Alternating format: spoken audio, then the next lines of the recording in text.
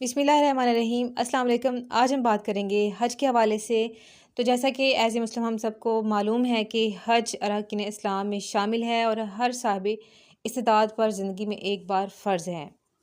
कुरान और सुन्नत के लिहाज से इसकी फ़र्ज़ियत साबित है, जैसे कि सूरह आल इमरान आयत नंबर 97 में अल्लाह ताला यूँ इरशाद फरमाते हैं कि खुदा के लिए लोगों पर बैतुल्लाह का हज है, शख्स इस तक पहुँचने की इस्तिताअत रखता हो। इसी तरह से नबी पाक सल्लल्लाहु अलैहि वसल्लम ने भी फरमाया कि जिस शख्स को किसी ज़रूरी हाजत या ज़ालिम बादशाह या शदीद मर्ज़ ने हज से नहीं रोका और इसने हज नहीं किया और वह मर गया, तो वह चाहे यहूदी मर गया चाहे नसरानी मर गया, यानी ये शख्स यहूद और नसारा के मुताबिक है। तो अब्दुल्लाह बिन अब्बास रज़ियल्लाहु अन्हु से रवायत है कि आप सल्लल्लाहु अलैहि वसल्लम ने फरमाया कि फ़रीज़ा हज अदा करने में जल्दी करो, क्योंकि किसी को नहीं मालूम कि इसे क्या उज़र पेश आ जाए। इसलिए हमें अल्लाह ताला से दुआ मांगनी चाहिए कि अल्लाह ताला हमें ये फ़रीज़ा अदा करने की तौफ़ीक अता फ़रमाए और हमें इस काबिल बनाए कि हम उसके दर की हाज़िरी दे सकें। और इसके लिए चाहिए कि हमें मनासिक हज, जो नबी पाक सल्लल्लाहु अलैहि वसल्लम ने फरमाया था कि मुझसे मनासिक सीख लो, हज के मनासिक मुझसे सीख लो। तो दोस्तों, हज के मनासिक होते क्या हैं? हज में जो अंजाम दी जाने वाली इबादत होती हैं उसको मनासिक हज कहते हैं। तो सबसे पहले हम बात करेंगे हज के फ़राइज़ के हवाले से।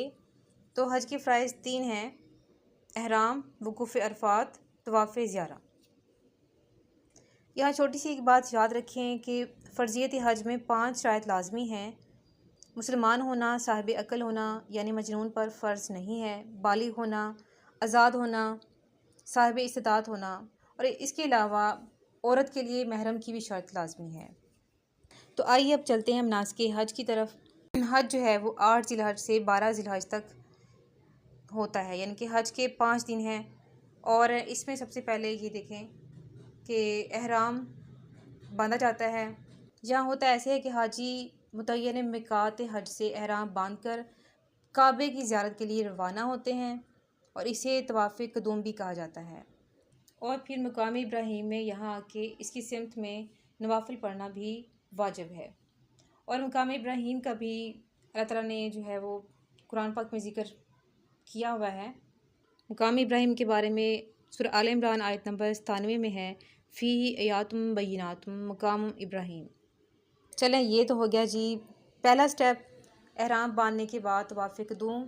और उसके बाद अब जाएंगे मीना के मैदान की तरफ। हज में मीना के मैदान में रवानगी होती है। ये देखें,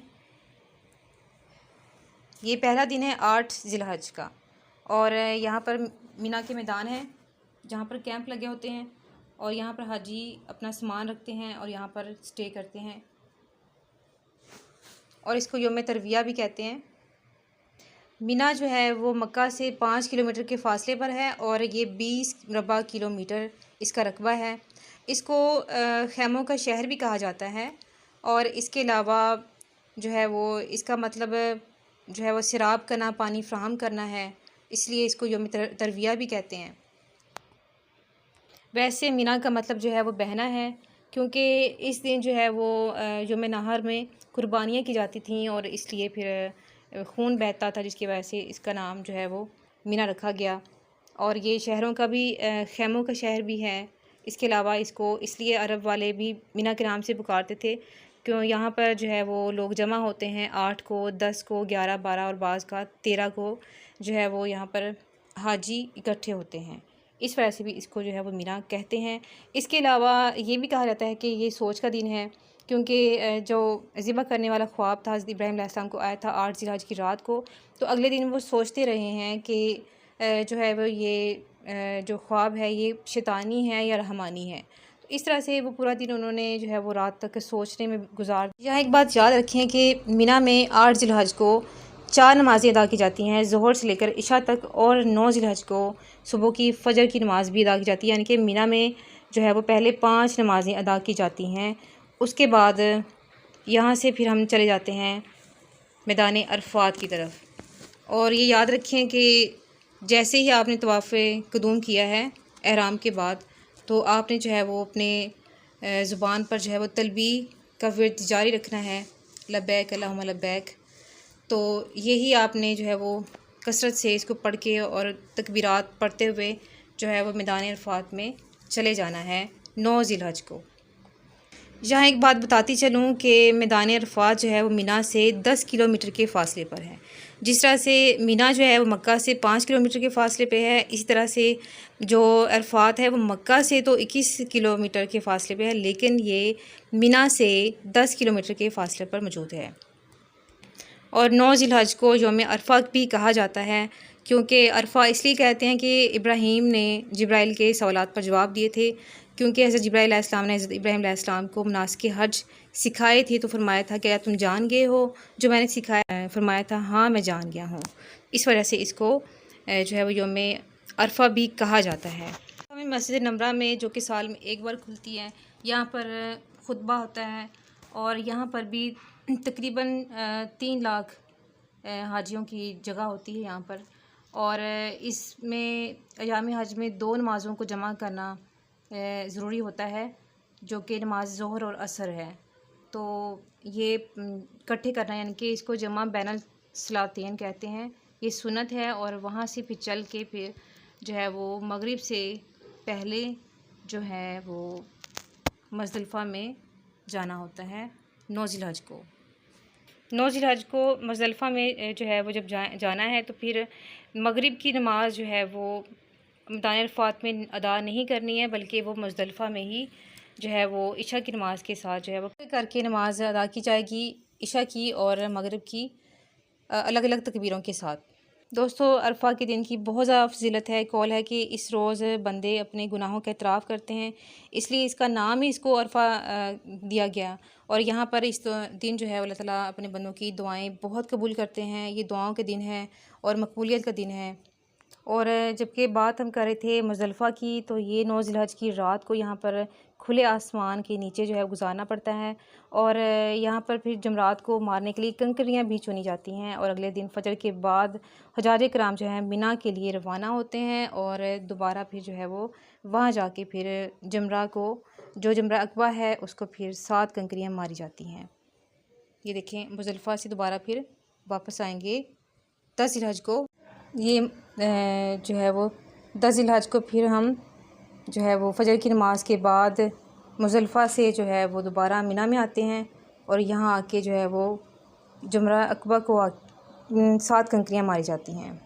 दोस्तों, मुज़दलिफ़ा को जो है वो मशअल हराम भी कहा जाता है। मशअर का असल मतलब ये है कि हुर्मत वाला निशान। सूरह बकरा आयत नंबर 198 में इसका ज़िक्र है कि जब तुम अरफ़ात से वापस आओ तो मशअर हराम यानी मुज़दलिफ़ा के पास अल्लाह का ज़िक्र करो। इस तरह ज़िक्र करो जैसे तुम्हें हदायत की गई, और बेशक इससे पहले तुम भटके हुए थे। तो देखें, यहाँ पर जो है वो क़याम बहुत ज़रूरी है, इसके बगैर जो है वो दम लाज़िम है। यहाँ भी जमा बैनुल सलातैन होती हैं, इनकी 2 नमाज़ें इकट्ठी अदा की जाती हैं और यहाँ पर लोग क़याम करके कुर्ब इलाही हासिल करते हैं। और यहाँ पर फिर मशअल हराम के पास ज़िक्र करने का जो है हुक्म दिया गया है। और मुज़दलिफ़ा के जो है वो पास एक मस्जिद है जिसके ऊपर कोई छत नहीं है, इसे मुक़द्दस मुआम यानी कि मशअल हराम भी कहा जाता है। अच्छा, यहाँ एक बात याद रखें कि मुज़दलिफ़ा में रात गुज़ारने की हिकमत है कि आप सल्लल्लाहु अलैहि वसल्लम ने मैदान अरफ़ात में एक मुशक्क़त जो है वो बर्दाश्त की, यानी कि एक मुशक्क़त वाला दिन गुज़ारा। और आप सल्लल्लाहु अलैहि वसल्लम ने मैदान अरफ़ात में घंटों दुआएं की, ठीक है। और इस दिन फिर जो है वो थकावट के बाद मुज़दलिफ़ा में रात भर सोए रहे, यहाँ तक कि तहज्जुद भी अदा नहीं फरमाई। तो ये सुन्नत अदा करने के लिए मुज़दलिफ़ा में जो है वो रात गुजारी जाती है और यहाँ पर सोना जो है वो सुन्नत रसूल है सल्लल्लाहु अलैहि वसल्लम। चलें जी, अब चलते हैं हम तीसरे दिन की तरफ। हज के तीसरे दिन यानी कि 10 ज़िलहज में एहराम की हालत में ही हैं आप, यानी कि 8 ज़िलहज से 10 ज़िलहज तक अभी आप एहराम की हालत में ही हैं। और यहाँ पर 4 आपने अहम काम करने हैं। नंबर 1, जब आपने मुज़दलिफ़ा से जो है वो वापस आप आए हैं, फ़जर की नमाज़ के बाद मीना में आए हैं, और यहाँ पर जो है वो देखें आप जमरा बने हुए हैं, जमरा अक़बा और औसत और जमरा ओला, एक जिसे हम लोग जमरात के नाम से भी जानते हैं। और ये जमरा का मतलब जो है छोटी कंकर या संगरेज़ा। तो ये हम जो है वो सबसे पहले 10 ज़िलहज को जमरा अक़बा यानी कि बड़ा शैतान जिसे कहते हैं, तो इसको हम 7 कंकर मारेंगे, जो कि हमने कंकर उठाए थे मुज़दलिफ़ा के मैदान से। तो नंबर 1 पर कंकर मारेगी। उसके बाद फिर जो है ये देखें, ये कुर्बानी करना यौम नहर को 10 ज़िलहज को, तो कुर्बानी के बाद जो है वो हलक या कसर करवाना, उसके बाद जो है वो तवाफ़ ज़ियारा कर। तवाफ़ ज़ियारा जो है वो 10 ज़िलहज को भी हो सकती है, और अगर थकावट की वजह से, बीमारी की वजह से या किसी और वजह से 10 को ना हुई तो 10 से लेकर 12 तक जो है वो इसका टाइम है। तो आप जितनी जल्दी हो सके तवाफ़ ज़ियारा लाजमी कर लें, और इसके साथ जो है वो सही भी करें। इसका भी ज़िक्र कुरान पाक में सूरह बकरा आयत नंबर 58 में आता है, इन्ना सफ़ा वल मरवा मिन शअरिल्लाहि, ये अल्लाह के शअर में से हैं, यानी कि अल्लाह की निशानियों में से हैं। उसके बाद फिर जो है वो तवाफ़ ज़ियारा के बाद दोबारा मीना में आप चले जाते हैं। यहाँ पर आप 11 ज़िलहज और 12 ज़िलहज को वहाँ रहते हैं, और अगर आपसे जो है वो 12 ज़िलहज की मगरिब से पहले वहाँ से ना निकला जाए तो फिर 13 ज़िलहज को भी आप मैदान मीना में ही रहेंगे। और इसी तरह से फिर तीनों जमरा को जो है वो कंकरियाँ भी मारनी पड़ेंगी साथ साथ, यानी कि एक दिन में जो है वो 21 कंकरियाँ मारेंगे आप, जमरा अकबा को भी साथ, और औसत को भी और ओला को भी। ये साथ साथ कंकरियाँ जो हैं वो 11 और 12 को मारनी होंगी। एक बहुत ही इंटरेस्टिंग बात यह है कि तफसीर इब्न कसीर में है कि जिन हजाज के कंकर कबूल हो जाते हैं वो गायब कर दिए जाते हैं, और सिर्फ़ गैर मकबूल कंकरियाँ वहाँ रहती हैं, वरना हर साल वहाँ कंकरियों के पहाड़ लग जाते। इसलिए अल्लाह ताला से दुआओं में याद रखिए कि अल्लाह ताला हमारे हज को जो है वो मकबूल फरमा, अपनी नज़र में हमारे जितने भी सगीरा और कबीरा गुनाह हैं अल्लाह ताला उनको माफ़ फरमाए। इसके अलावा एक बहुत अहम बात बतानी याद रहे कि मुझे कि जो है वो एहराम बांधने से बराबर तलबी पड़ी जाती है, और 10 ज़िलहज जब हम बड़े जमरा के पास जाते हैं और यहाँ पर कंकरियाँ साथ मारते हैं, तो पहली कंकरी के साथ ही उसके मारते ही जो है वो तलबी कहना बंद कर दी जाती है। इसको भी याद रखिएगा। तो यूँ हमने आज आपको सारे मनासिक हज बता दिए हैं। सबसे पहले हम यहाँ पहुँचे हैं, एहराम के बाद हमने तवाफ़ क़ुदूम किया है, उसके बाद फिर हम मिना गए हैं। मिना से हम जो है वो मैदान अरफ़ात की तरफ गए हैं, और उसके बाद 9 ज़िलहज में ही हम मैदान अरफ़ात से फिर मुज़दलिफ़ा में गए, उधर रात गुजारी, और नमाज़ फ़जर के बाद हम जो है वो दोबारा मिना में वापस आए। और वो ईद का दिन यानी कि यौम नहर भी कहलाता है 10 ज़िलहज का। और यहाँ पर फिर हमने जमरा अक़बा में जो है वो रमी की है, और यहाँ पर हमने 7 कंकर उसको मारे हैं। ये मस्जिद खैफ जो है वो उसके करीब है। और फिर उसके बाद हम लोगों ने फिर जो है वो कुर्बानी की है, कसर किया है, फिर हम एहराम से बिल्कुल आज़ाद हो गए, और अब जो है वो बग़ैर एहराम के हम तवाफ़ ज़ियारा के लिए आ गए। और फिर उसके बाद अब जो है तवाफ़ ज़ियारा के बाद जो है वो सही करने के बाद जो है वो हम दोबारा जो है वो मैदान मिना में आ गए, और यहीं पर हमने 10, 11 भी और 12 भी यहीं क़याम करना है। और यहाँ क़याम करने के बाद हम लोगों ने इसके अंदर जो जमरा हैं 3, उनको जो है वो बराबर 7-7 कंकरियाँ मारनी है।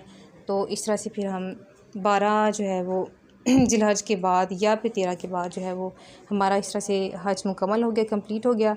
ये थे हमारे मनासिक हज, और अल्लाह ताला जो है वो अपनी बारगाह में कबूल फ़रमाए, और इसकी जो है वो सादत हर मुसलमान को अता फ़रमाए, क्योंकि ये हमारे लिए बहुत बड़ी खुशखबरी है। हज़रत अबू हुरैरा रज़ियल्लाहु अन्हु से मरवी है कि आप सल्लल्लाहु अलैहि वसल्लम ने फरमाया कि जिस शख्स ने महज़ अल्लाह की खुशनुदी के लिए हज किया और फिर दौरान हज कोई बेहुदा बात या गुनाह नहीं किया, तो वो पाक होकर ऐसा हो जाता है जैसे कि जो है वो माँ के पेट में पैदाइश के वक्त वो पाक था। सुबहान अल्लाह। और इसके अलावा आप सल्लल्लाहु अलैहि वसल्लम ने ये भी फरमाया कि हज जो है यानी कि हज मबरूर जो होता है उसका बदला जो है वो जन्नत है।